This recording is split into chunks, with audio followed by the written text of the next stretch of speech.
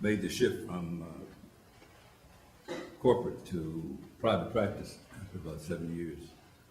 In my mind, I thought that the experience that I received, the travel and the presentations that I'd given, not only in the U.S. but in Canada, on environmental areas, was going to arm me when I decided that, well, I think I'm going to make the shift and go out and practice. And I should be able to get pretty much the same rate that was incorporated at that time when I made the shift. But to my surprise, the experience that you have, it's nice, it's knowledge, but then you still got to get that client that's prepared to give you credit for it and pay you those rates that you were generating before. So when I went into practice, I had to make a major change in terms of how I saw the business, in spite of the fact that I had a business plan. And I had to modify that several times because the forecast that I had couldn't necessarily be met. So then you modify what your expectations are in terms of how you're going to get paid. And so you get clients that then who are looking for some help, and on occasions, I'm sure some of the lawyers that are here would say, well, no, I don't take that kind of case. I don't do that kind of work. And you realize if you're going to eat, you're going to take care of your family, you begin to modify your expectations and the kind of things that you do and what you should learn. So I transitioned through some of that in terms of the practice early on when I made that shift. And so I think it's a matter of sticking to it. And you talk about a rate. Well, the rate could be anywhere from a dinner, a lunch, to, well, I'll pay you when you win, or I'll pay you when, you've shown me some marked success in terms of what you said that it would take to represent my interest.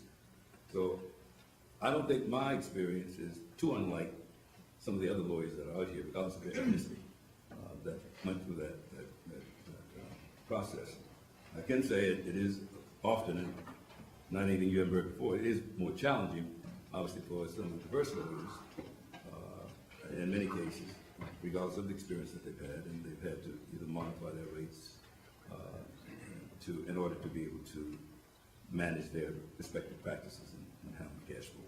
The changes that we've seen, I think, has been in the technology area. It has to do with having started at the beginning with a manual typewriter in 71 and then transitioning, and thought that was quite an accomplishment if I could afford to get an electric, IBM Selectric, man, that was top of the shelf at that time.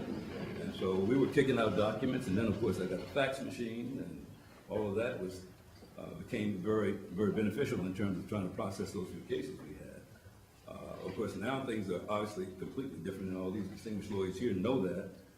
In fact, I'm sure I would challenge, many of them don't know exactly how some of the new systems work, because I'm still trying to learn, and every time I learn one program, there's another program that surfaces that makes it a bit more challenging in terms of what you can expect on the other end of that matter in terms of preparing the cases.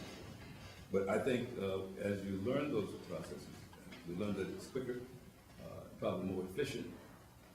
Once you cover the cost of getting the systems in place and the learning curve, that you're probably a much better lawyer. I can't say that where we used to take a week to do things, now it's about a day. Okay, and that's substantially different in terms of being able to always be sure that you are on top of your game if you got more than several cases. But I have seen the change. I think I've seen the change, obviously, in the way the firms operate. I commend some of the major firms that have made the switch and made the change. I can say, acknowledging what's been said before, early on, I could depend, I don't care what the ethnicity was of the lawyer in the city, I could usually depend on their word. If they tell me that they're not going to file that default judgment, they'll give me a chance to answer, or that there was some other reasonable concession that was needed, it was a gentleman's spirit that they would make the commitment and you could depend on that and get it done. Not quite the same now. You've got to constantly make sure that the clients are paying for some of that. Got to make sure that you're covered at every area, because the lawyer you make a deal with may not help you make the decision that will impact the results of that case and where you're going to go. But this is